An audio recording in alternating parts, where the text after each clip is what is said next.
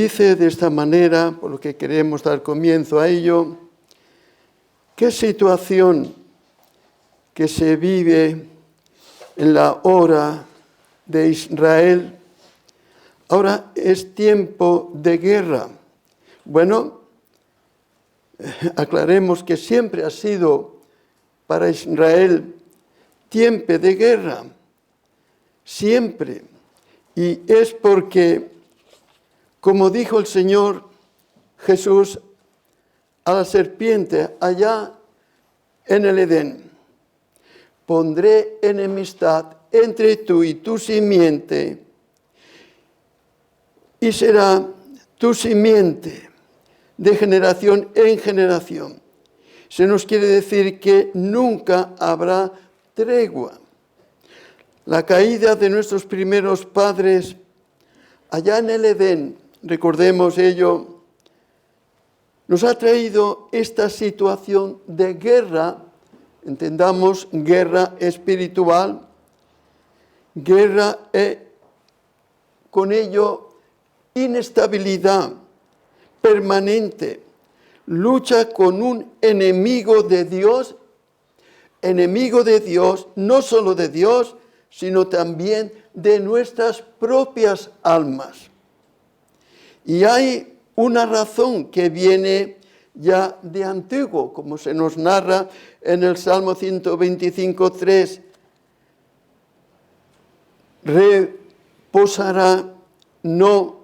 Reposará la vara de la impiedad sobre la heredad de los justos. Hemos oído, no reposará la vara de la impiedad sobre los justos. Y aquí tenemos una afirmación que nos dura ya desde aquel entonces que fue pronunciada allá en el Edén hasta hoy, hasta nuestros días dura esta sentencia. No reposará la vara de la impiedad sobre, no el vecino, no sobre las cárceles, sobre la heredad de los justos. Pero es que ni aún para el justo, no sea que en su mucho bien que le puede traer la paz, cuando hay paz, en mucho bien, los justos se acomoden en la pereza que produce la paz y así se olviden de aquel de quien los sentimientos, todo el corazón, siempre deben estar vueltos, inclinados hacia Él. Y nos hemos de preguntar, ¿y mis sentimientos, mi corazón está vuelto a Él? Por eso siempre digo y repito, siempre habrá lucha, siempre habrá malestar, siempre habrá sinsabores, contrariedades, enfermedades, muerte. Nuestra natural constitución caída lo conlleva, nos lleva a ese fin. Así pues, porque estamos en el mundo, tenemos una atroz lucha espiritual, una lucha permanente. Y ahí vemos la lucha espiritual entre el mundo y la iglesia. La iglesia no está exenta de esta lucha, de esta batalla espiritual, de gran enemigo de Dios, el gran enemigo que es no solo enemigo de Dios, que es el enemigo del pueblo de Dios. Su meta es, la finalidad de este enemigo es destruir, es atemorizar, es acabar con el pueblo de Dios. Que Dios no tenga pueblo en este mundo. Por eso vemos, querida alma, puede ser que tú entiendas lo que estoy queriendo decir. Por eso tenemos luchas. Desde que nos levantamos hasta que nos acostamos, tenemos siempre luchas de una manera o de otra. ¿Quién? Hijo de Adán. ¿Qué clase de hijo de Adán se atreve a salir y pelear contra este gigante que es por sus propias fuerzas? Los que lo hemos intentado y cuántas veces lo hemos hecho, tenemos amarga y triste experiencia de haber quedado como derrotados. Porque nosotros no hay capacidad, no hay fuerza y la mayoría de las veces ni interés en derrotar este enemigo que nos persigue, que lo llevamos dentro. La carne y la sangre, nos dice el Señor Jesús, la Escritura, nunca por sí sola podrá vencer a este enemigo que es Satanás. Cuando Satanás guarda su palacio, nos dice en un lugar la Escritura, cuando Satanás guarda su palacio, en paz está todo lo que posee. Pero cuando viene otro más fuerte que él, este más fuerte es el Señor Jesucristo. Cuando viene otro más fuerte que él, el que nos puede llevar y el que nos lleva, querida alma, de triunfo en triunfo, porque Él peleó para que tú y yo podamos en esta misma mañana poder gozar de este triunfo que Él consiguió para ti y para mí. Pero sin Él, que sepamos, nada podemos hacer. Sin este libertador, nada.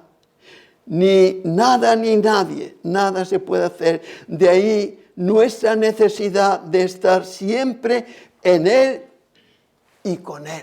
Siempre hemos de procurar anhelar, cuando nos levantamos por la mañana temprano, ya hemos de pensar, encomendarnos, doblar nuestras rodillas y encomendarnos a Él. Señor, tú conoces la debilidad de este cuerpo de carne. Tú conoces mis defectos, mis fallos, en lo que puedo caer. Señor, a ti me encomiendo.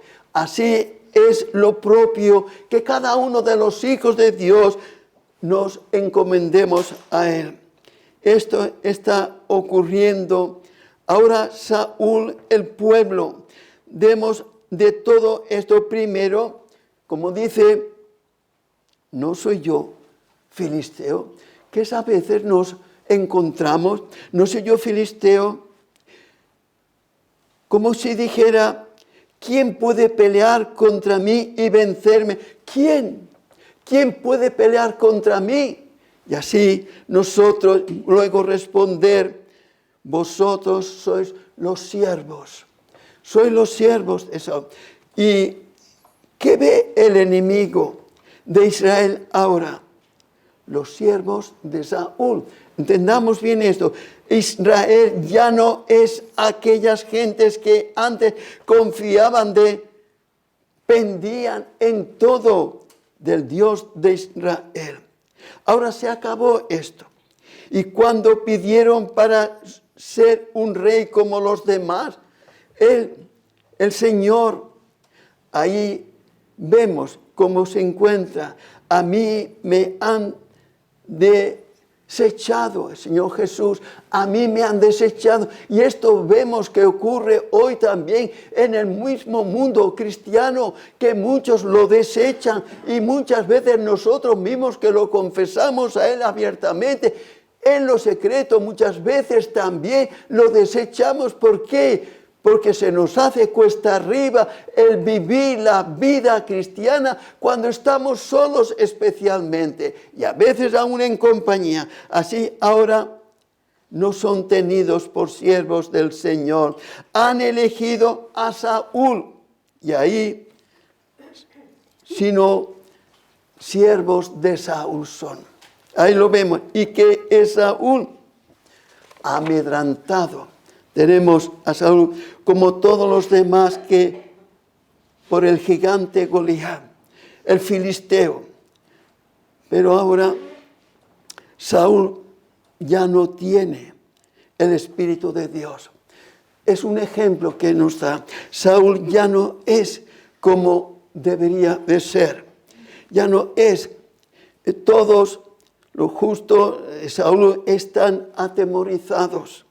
¿Y qué se puede hacer cuando se ha perdido la confianza en el poder del Señor? Cuando a veces cualquier distracción, cualquier forma de cosa o algo nos aparta de qué se puede esperar. Y por su parte el enemigo bravuconamente desafía al pueblo con toda su arrogancia. ¿Qué se puede hacer en tal situación? Por una parte, ya es cosa grande humillarse y reconocer que nada podemos hacer. Cuando no hacemos, nada se puede hacer por nosotros mismos. Ojalá nos diéramos cuenta que sin Él nada podemos hacer.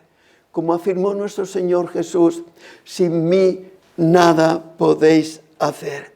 Un arrojado y un presumido de lo que se tiene es una arrogancia y una temeridad, presumir que se es cuando no sé. Pero con todo, Israel está así perdido ante el desafío del gigante Goliat. Y aquí lo tenemos. Esto quiere Dios, que lleguemos, que nos situemos como perdidos, que reconozcamos que de nosotros no hay nada. Muchas veces Dios levanta al enemigo, no lo levanta delante de nosotros y nos levanta para llevarnos a que veamos nuestra propia personal flaqueza que hay, que anida en nosotros, nuestra incapacidad y ante nuestra impotencia, que reconozcamos y confesemos que solo el poder de Dios. Sí, querida alma, nuestra naturaleza es una naturaleza caída, no olvidemos. Y siempre nos vemos que caemos en esto o en lo otro o en lo de más allá. Y por eso es bueno, se nos encarece que reconozcamos cuál es nuestra procedencia, nuestra naturaleza. Es una naturaleza caída en pecado. Puede asistirnos nuestra insuficiencia. Lo único que puede es el Señor. Como exhorta el apóstol Pedro, humillaos bajo la poderosa mano de Dios, para que Él, cuando os sintáis humillados, para que Él os exalte cuando fuere. Esto es lo que hemos de hacer al vernos en una situación de soledad, de arrogancia, de pecado. Humillaos bajo la poderosa mano de Dios, para que Él, solo Él puede levantar, para que Él nos exalte cuando fuere tiempo. Y cuando nos vemos así, rodeados por el enemigo de nuestras almas, vemos que Dios amorosamente, lo habremos experimentado más de una vez, amorosamente interviene en nuestra situación de desesperación cuando llegamos a este estado. ¿Qué acciones de gracias podremos darle ahí? Ahí es cuando podemos ver más plenamente el gran amor de Dios por pecadores como tú y como yo. Cuando todos nos va bien, cuando todos nos sonríe, no podemos apreciar con claridad el amor que Él nos tiene, porque ya hay otra cosa que a nuestra carne le atrae, que todo nos va bien, esto, aquello, lo de más allá, y esto nos aparta del amor de Dios. Dios siempre se complace asistir a ¿quiénes? A pecadores, no a justos. No he venido a llamar a justos, sino a pecadores al arrepentimiento. Los justos que se asistan ellos a sí mismos. Los justos, los que se creen justos, no acuden a aquel que puede hacernos justos lo que no somos. Y por esto es necesario que el Espíritu de Dios nos abra los ojos, que nos haga ver nuestra pecaminosidad interna, nuestra forma de ser, porque se creen muchas veces a sí mismos justos y por ello necesitan el auxilio, la ayuda del Espíritu Santo. Y en estos precisos momentos, cuando Israel parece verse, como hemos citado, parece verse perdido y en serios aprietos, cuando parece no haber nadie en el ejército de Israel dispuesto a plantarle cara al tan enorgullecido guerrero, como es Goliat. Dios solícito por su amado pueblo, cuando todo parece perdido para Israel, ahí tiene Dios en la reserva a un hombre.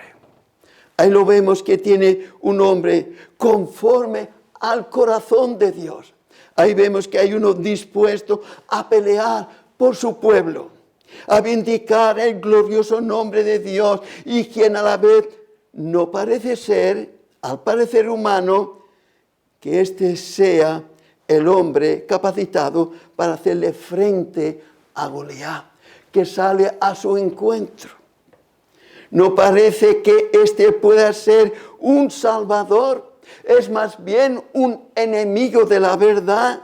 Sí, es un simple y débil muchacho el que ahora viene a socorrer, un muchacho que se llama David.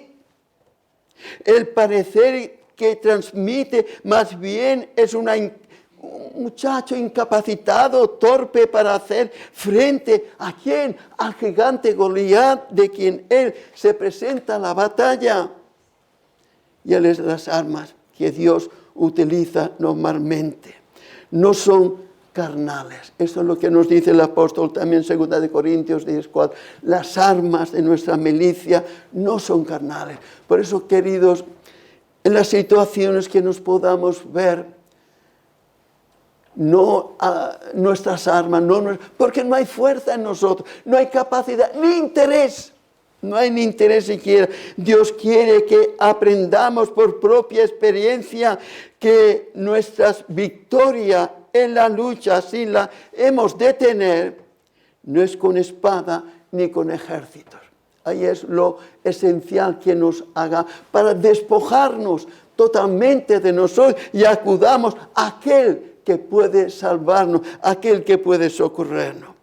No es con la fuerza humana que se obtiene las grandes victorias, sino solo con su Santo Espíritu. Ahí es la afirmación de la palabra de Dios, su Santo Espíritu. ¿Y esto por qué? Porque el hombre, ante una victoria, siempre tiende a atribuirse él para la gloria. El hombre, por naturaleza, es un vanaglorioso.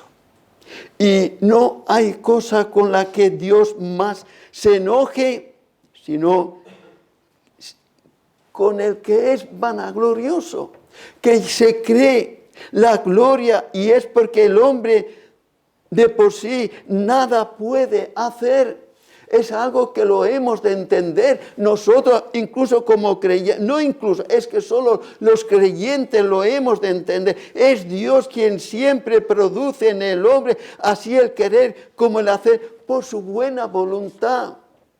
Esta enseñanza, Dios quiere que sea bien divulgada, bien recalcada, a fin de que nadie se jacte en su presencia.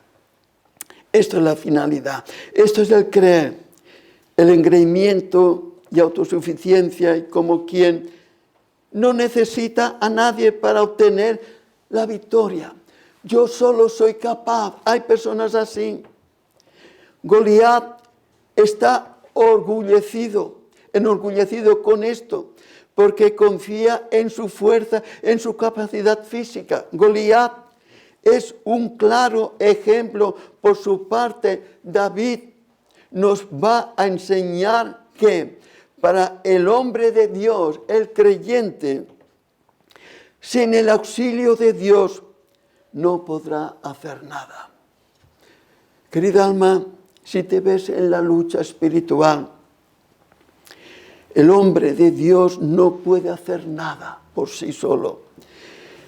David constitucionalmente, físicamente, era mucho más inferior que Goliat. David, comparándose con Goliat, no podía ser como un niño de unos 10 años, no era capacitado para poder vencer a un hombre de 30 o 40 años. Pues lo mismo, la comparación es la misma. Y en la comparación todavía quizás sea impropia. Porque a veces las comparaciones que ponemos son humanas para que comprendamos. Pero aquí la cosa no es cuestión de fuerza. La lucha no es a ver quién tiene más fuerza. No es cosa de a ver quién puede más de los dos, él o yo. Aquí es cuestión de fe. Fe como don de Dios. Y es lo que Él nos ha de armar. Y lo que hemos de... Señor, aumentanos la fe. Esto es lo que el pueblo de Dios necesita. Porque no es con la fuerza humana.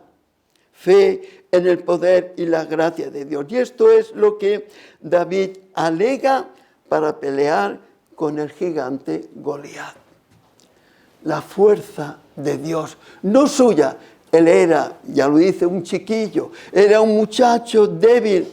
David, que tiene el Espíritu de Dios, por ello no confía en su fuerza. David no se cree a sí mismo capaz, él no, en su capacidad. Y le asusta la fortaleza y la capacidad del gigante Goliat. No le asusta. ¿Por qué? Porque él no confía en la fuerza humana. Para él, como decía el apóstol Pablo, las armas de nuestra milicia no son carnales, sino poderosas en Dios. ¿Qué es? Las armas de nuestra milicia, las armas con las que nosotros somos llamados a pelear, armas de Dios que no son fuerza humana. Las armas de nuestra milicia no son carnales. David tiene fe en el poder y la gracia de Dios y Dios suficiente para socorrer a los que son suyos. Y esto lo vemos también. Él es suficiente y puede socorrer a aquellos que se ven incapacitados. Señor, yo quisiera ser mejor de lo que soy. Señor, tu luz, tu Espíritu me ilumina y me hace ver que soy una basura delante de ti. Señor, asísteme, socórreme. Así quiere Dios vernos como impotentes, como incapaces, no como aquellos tipos chuleta que se presentan como si fueran ángeles para socorrer al que son suyos. Pero aún en esto vemos también cómo la providencia de Dios va encaminando, va llevando, dirigiendo las cosas para obtener el fin que el Señor se propone. Pero veamos también que el hombre a quien Dios quiere utilizar para ello, en este caso, es alguien que ya ha sido previamente educado, instruido en la humildad y en la sumisión, y para con sus deberes. Y ello lo vemos en el mismo David, en este mismo personaje. David no tiene ni pretensiones ni ambiciones que el Señor claramente no le diga, como le dijeron, mira, esto tienes para ti. David, esto es para ti. Para ti, cógelo, David. Ha estado diseñado. El palacio del rey, y junto al rey, él ha estado allí, ha vivido allí en ese ambiente, habiéndolo Dios ungido para ser rey de Israel. Era como para que David hubiera pensado, hombre, esta es mi oportunidad. Yo he vivido aquí como se vive como rey. Yo estoy aquí, es la oportunidad que tengo. Mejor será que yo aproveche mi estancia en palacio, me codee con los generales, con los ministros y me los conquiste y yo los haga míos. Yo debería de hacer esto y así. En ese supuesto, no solo adquiera yo la experiencia en todos los asuntos concernientes al gobierno, sino que también conocer los entresijos y los laberintos del reino, que es lo que se necesita para poder mandar, conocer. Pero no, No, David no va bien así. No lo piensa así. No piensa astutamente este joven muchacho. No lo piensa así. David, como hijo de Dios que ya es, no hay que esperar a tener cierta edad, ya lo es, un jovencito, ya es un verdadero hijo de Dios, capaz de pelear las batallas del Señor, y las está peleando. Como buen devoto creyente que es, ante todo, para él hay un mandamiento. El quinto mandamiento: honra a tu padre y a tu madre. Y por esto David ahora cree que debe atender las necesidades de su casa, como tenemos en el versículo 15.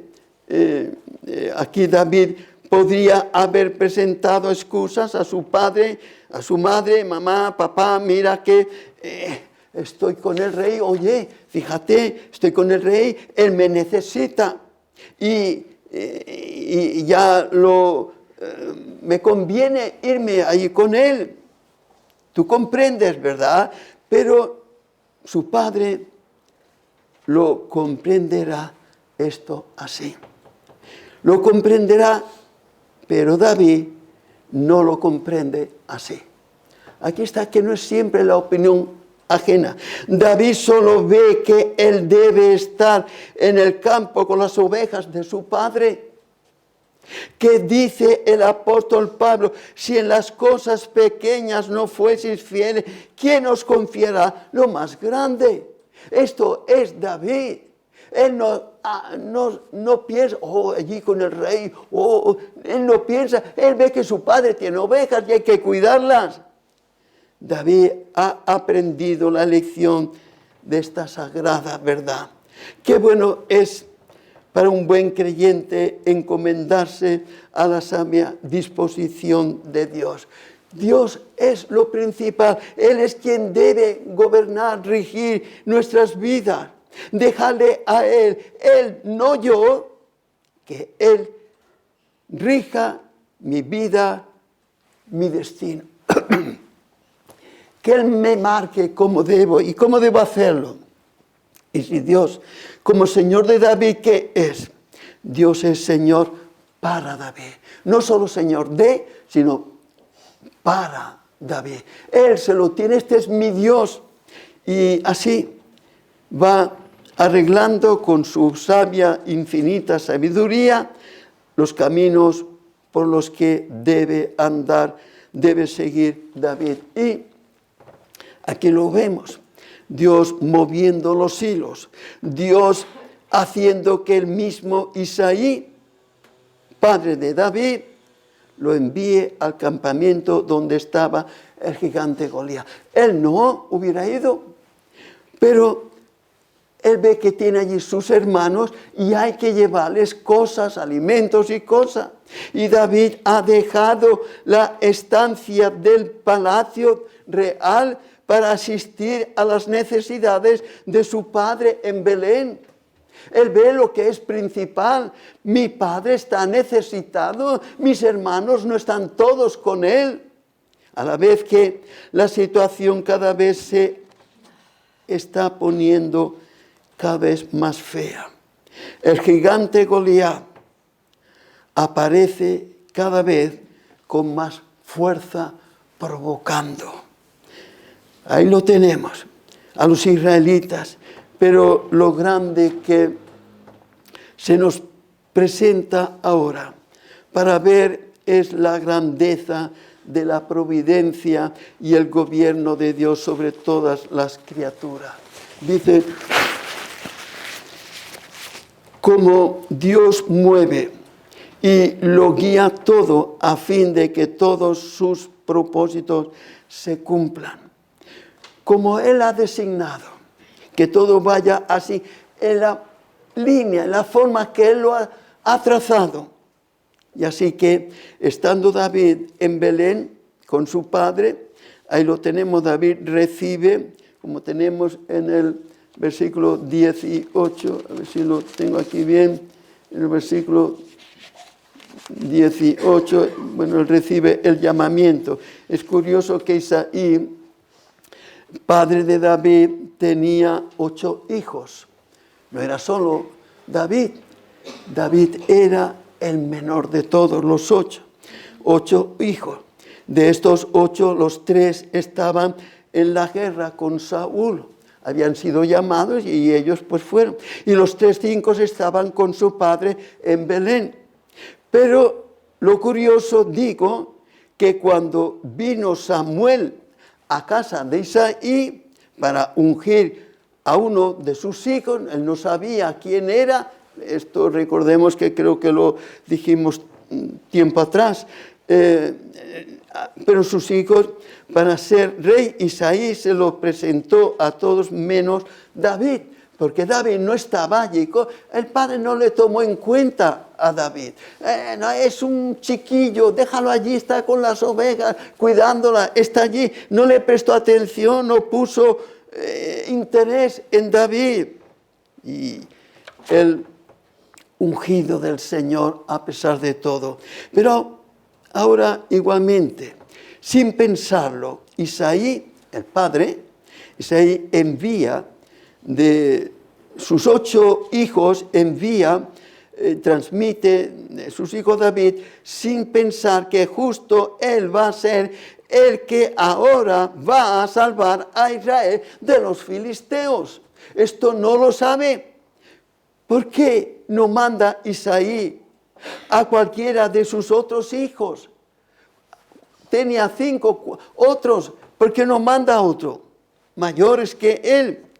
Porque aunque ni Isaí mismo se lo imaginara, ni el mismo Isaí, el padre se lo piensa, Isaí, padre de David, está siendo utilizado por Dios sin él apreciar que está en las manos de Dios guiando a su padre. David es un obediente y sumiso hijo a su padre. Este es David. Qué bueno es que los hijos modernos no aprendan esta lección. Aunque sean mayores, los hijos nunca dejan de ser hijos y los padres nunca dejan de ser padres. Tristemente yo no tengo ni padre ni madre, pero lloré mucho cuando me faltaron los dos. Porque sé lo que es un padre y una madre, aunque no me tengan herencia, aunque no me dejen, pero sé lo que es sentirse de la misma sangre, de la misma carne. Y cree que es su deber ahora dedicarse a las labores de su casa. La falta de sus 3 hermanos que están cumpliendo sus deberes de patriotismo con Saúl. A David, como buen y sumiso hijo, no se le hubiera ocurrido tomar la iniciativa, dejar a su padre para irse al campo de batalla. Eso para él no hubiera venido a su mente. Por eso es Dios mismo quien impensablemente mueve los hilos para el fin propuesto. Versículos de aquí 17 y 18, primera, a ver si lo encuentro, sí. Entonces, a ver si es esto, no es este, estoy ahora confundido en el texto, de aquí, 18, a ver.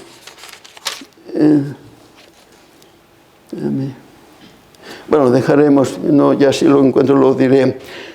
David recibe la orden de su padre por fin con agrado y sin titubear. Versículo 20 y 21. Y clamando el Señor, dijo el Señor, Dios mío, aún, pues no, tampoco es esto, que mal lo tengo apuntado, perdonadme, pero de verdad que aquí me he pillado yo los dedos. El 17. Vaya, pero bueno, vamos así. Que aquí lo que dice realmente es que a tiempo de que se llega cuando es Dios quien dirige nuestros pasos. De ahí que cada día, cada hora, mañana y tarde, lo primero que hemos de hacer es encomendarnos a Dios, a su sabia disposición en todo, porque como dice también Salmo 23, esto sí que lo creo, lo tengo bien puesto, Salmo 10:23, Salmo 10:23, dice, vaya, pues tampoco lo tengo bien. Hoy, perdonadme, aquí sí que... no, perdón, es Jeremías 10:23. Sí. Conozco, Señor, que el hombre no es señor de su camino, ni del hombre que camina es sus pasos. Esto es lo importante. Ni del hombre que camina, o sea, no es que tú dispongas o dejes de... Conozco, oh Señor, que el hombre no es señor de su camino. Y esto es muy importante para nosotros. El hombre no es dueño de sí. Y esto es lo que en esta escena vemos tanto en David como en Isaí, su padre, sin que ellos se aperciban que así es, están siendo guiados por Dios. No se lo aperciben, pero así es. David llega a donde está el ejército de Israel y busca a sus hermanos, porque él tiene que darles algo de sustento a sus hermanos, que era para lo que supuestamente había venido. Pero tenemos que, estando hablando con ellos, en ese momento sale Goliat otra vez, como acostumbra a provocar a los israelitas. Y David oye esa provocación. David siente que eso ahí está mal, y así, hablando con otros, llega la noticia de su presencia aquí, a oídos del rey, y dice: pero aunque David estaba resuelto a pelear con Goliat, salvar a Israel de sus provocaciones, que lo que hacía era provocar, el rey Saúl no lo cree capaz de enfrentarse con el filisteo, no lo ve. Saúl a estas alturas es un hombre sin fe. Saúl ha ido dejándose. Y es un israelita, sí, pero sin fe. Y la incredulidad, la falta de fe, solo ve a través de la lógica. No hay otra forma de convencer a uno sino con lógica. Mientras que no es eso así. Es verdad que el hombre debe de ver las cosas como son y no tantas de Dios inaccesiblemente. Dios obra para las excepciones. Cuando Satanás dijo al Señor Jesús, estando en el pináculo del templo: si eres hijo de Dios, échate abajo. Hombre, tú eres hijo de Dios, échate abajo. ¿Por qué? Oye, mira, escrito está, a sus ángeles mandará acerca de ti, y en sus manos te sostendrá para que tu pie no tropiece en piedra. Anda, échate. Y como si Jesús le respondiera: ciertamente, esto podría ocurrir si fuera necesario que yo me echara abajo, si fuera necesario, pero ahora no es necesario que yo me eche abajo, y por tanto utilizaré las escaleras, el caminito que hay para descender abajo, para normalmente descender sin tirarme al precipicio. Cuando no hay necesidades, lo correcto es hacer uso de los medios comunes y no tentar a Dios innecesariamente. Eso es lo esencial. Para Saúl, la cosa con David ahora no es que él ve con la lógica que David es un simple muchacho sin experiencia en el arte de la guerra, y que por su parte Goliat, a más de su estatura, Goliat, y su condición física, es un hombre de cuerpo completo, experimentado en la guerra. Es un hombre que ya ha batallado mucho y ya desde su juventud. Por lo tanto, la lógica es que David no podrá vencer al gigante Goliat. Es ilógico. Y eso es la lógica, eso es lo normal, pero la cosa aquí y ahora es que se está viviendo una situación extraordinaria. Eso es lo que hemos de ver, aparte de la lógica, aparte de lo que sea lógico, lo que no sea lógico. Aquí es una situación extraordinaria. El pueblo de Dios corre peligro de ser pisoteado, peligro de ser aplastado por el enemigo. ¿Y cómo vamos a consentir eso? Y la lógica nos enseña que no hay salvación si el poder de Dios no viene en auxilio de su amado pueblo, como ha hecho en otras ocasiones. Y hombres como Saúl, en este caso son un estorbo. Saúl es un estorbo, entorpece la obra de Dios. Saúl no es un hombre de Dios. Hizo sí muchos bienes al principio, pero ya lo ha dejado. Quizás los laureles, quizás los títulos le han ensoberbecido. De ahí tenemos pues Saúl de ser un hombre sin fe. Solo ve con los ojos de la carne y como tal solo ve que Goliat solo puede venir con otro hombre. Solo puede ser vencido con otro hombre como Goliat. Pero David ve las cosas con el ojo de la fe. Y esto es lo importante para los creyentes. Ver las cosas por la fe. Todo lo hemos ver confiado con fe. La lógica naturalmente también acompaña. Pero no siempre la lógica es de fe. David recuerda que Dios ha hecho proezas con él. Y ahora que tan necesario es, ¿se va a quedar Dios con los brazos cruzados? Ahora hay un peligro para el pueblo. ¿Se va a quedar Dios así cruzado? ¿No ama Dios a su pueblo? La fe de David le hace entender que eso no puede ser. Eso no puede ser. Eso no ha sido así nunca. Y ahí tenemos, 1 Samuel 17,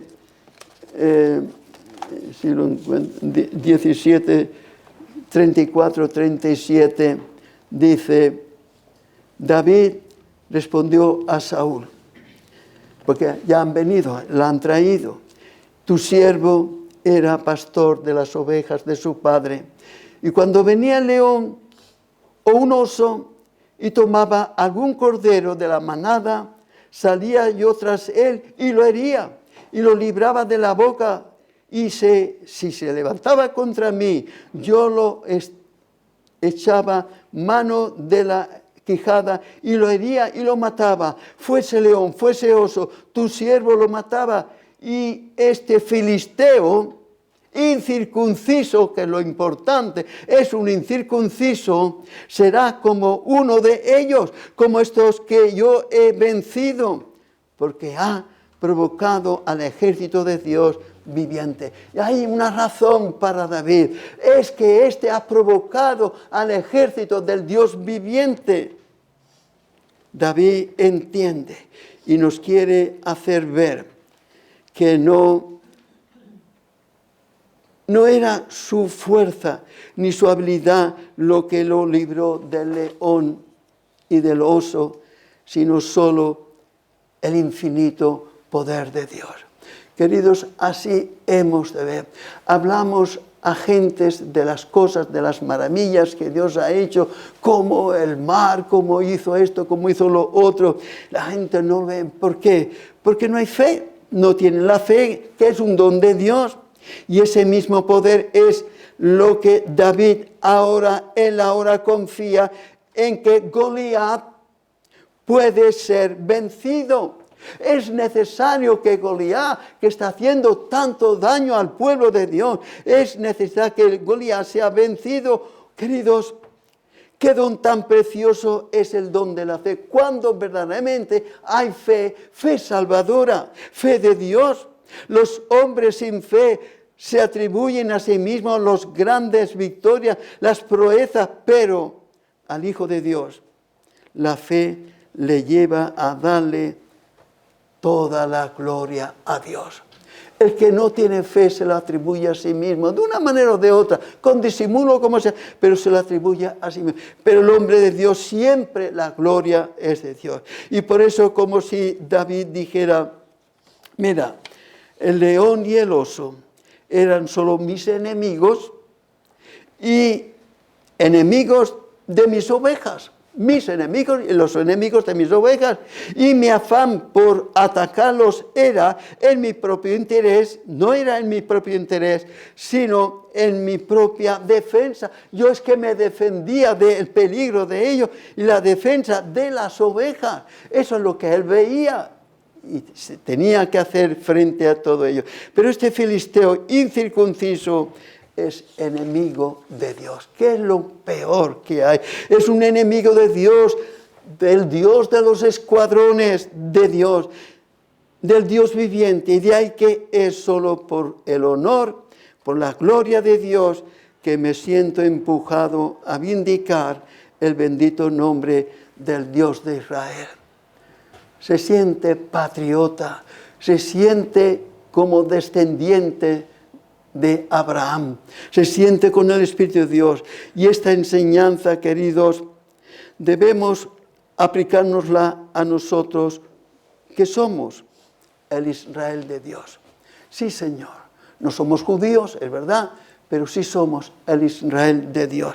Y hemos de aplicarnos las mismas enseñanzas que Dios, porque Dios es uno y Él es el mismo siempre. Él utilizó estas verdades para su pueblo, y nosotros nos las podemos o debemos aplicárnoslas también, porque Dios sigue siendo el Dios de su pueblo.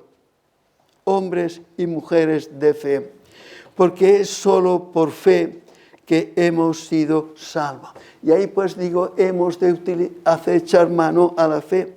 Si recordamos cómo en el pasado el Señor nos ha librado de penosas situaciones, cada uno sabrá su propia historia.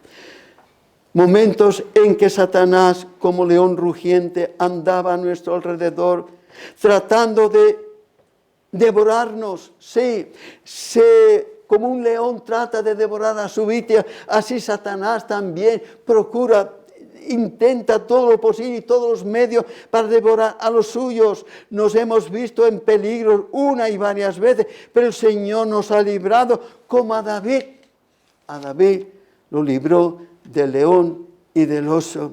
Y el recuerdo de aquellas liberaciones es lo que ahora David se siente fortalecido para enfrentarse este tan grande enemigo como es Goliat. Goliat confía para librarse de su contrario en su propia capacidad. Yo soy Goliat, todo el mundo me teme.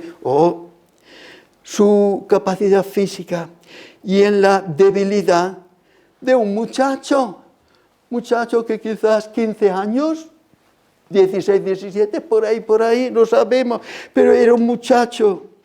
David, aunque parece más convencido de su victoria que Goliat, aquí está la cosa, que él está más convencido de su victoria, no es por la habilidad de su capacidad, David, no es por su habilidad que él tiene, sino solo por su confianza en el poder de Dios. Y esto es lo grande, creyente, siempre hemos de mirar la confianza en el poder de Dios. Pero observemos con qué seguridad, con qué certeza habla, y es la fe. La fe que le hace tener ya la victoria como cierta. Fijaos las palabras que él dice: el Señor te entregará hoy. Le dice David al gigante. El Señor, ya está, es un hecho. Está ahí todavía presumiendo de sus minúsculos y sus mayúsculos y todo. Él está allí presumiendo, pero David ya sabe de antemano: el Señor te entregará hoy, firme, seguro, en mis manos, y yo te venceré. Y, David, ¿con qué cuentas tú? Tú que eres un zagalito, un muchachito, ¿con qué cuentas tú? La fe. Lo que hace la fe, dice el dicho, la fe mueve montañas. Es verdad que el creyente, somos creyentes por la fe, aunque no siempre vivimos conforme a la fe, pero es esa lo que nos ha de distinguir. Este ha de ser también nuestro lenguaje, dando honor y gloria a Dios, como entendiendo que el Señor es el que hace y pelea todas nuestras victorias. Él es el que vence por nosotros. Qué lástima que tenga que acontecer este enfrentamiento para que esta congregación tenga que enterarse, esta congregación de aquí de Israel, tenga que enterarse de que el Señor no salva con espada ni con lanza. Qué triste que una congregación no conozca bien a su Dios como las hay. Hay sobra todo lo religioso. David ya conoce bien y su Dios, y ahí su confianza en la victoria del Señor. ¿Por qué? Porque Él es el que va a pelear por él. Y queridos, esto es lo que los creyentes deberíamos también manifestar, no acostumbrarnos, que a veces nos acostumbramos a un lenguaje y otras muchas veces el lenguaje ajeno, porque aquel habla así, pues yo voy a hablar también así, yo voy a hablar así, pero tenemos que experimentar el lenguaje que es de Dios, que Él es el que nos capacita para, porque Él nos da la fe para creer estas cosas, que esto es así. Que el Señor esté con nosotros y que en verdad esta pobre meditación sea hecha una realidad en nuestras vidas. Amén. Señor que estás en los cielos, tú eres dueño de todo, de nuestras bocas, de nuestra forma de ser. Cuando tú quieres envalentonar a un muchacho como David, solamente tienes que tomarlo tú a él. Y cuando quieres deshacerte de un gigante como este, lo mismo, solo tienes tú que dejar tu atención en él y lo demás corre a cuenta ajena. Gracias, Señor, por esta congregación, por la que la componemos, porque tú eres quien nos atraes a ti. Señor, sigue con nosotros. Perdona todos nuestros yerros, que son muchos. Perdona nuestros pecados, Padre. Oh Señor, la sangre que aunque poca quizás tendría ya en la cruz, porque toda había sido derramada antes, pero la sangre que poca le quedó, que ella sirva para salvarnos a nosotros de nuestros errores, de nuestros pecados, y que nos libre, oh Señor, hasta que lleguemos a la eternidad. Padre de los cielos, cuídanos pues en este día, que sepamos reconocer que es tu día, no nuestro día, no para que nos festejemos, sino para que te honremos a ti en todo este día. Gracias por las visitas, Padre, que han podido venir. Quizás la torpeza no les ha dejado entender mucho, pero Señor, tú eres grande y tú puedes usar torpes palabras, como lo has hecho en muchas ocasiones con otros. Tú puedes utilizar palabras para que cada uno de los asistentes podamos ser instruidos y edificados en tu reino. Sigue con nosotros, Padre. Por tu Hijo te lo pedimos. Amén, Señor.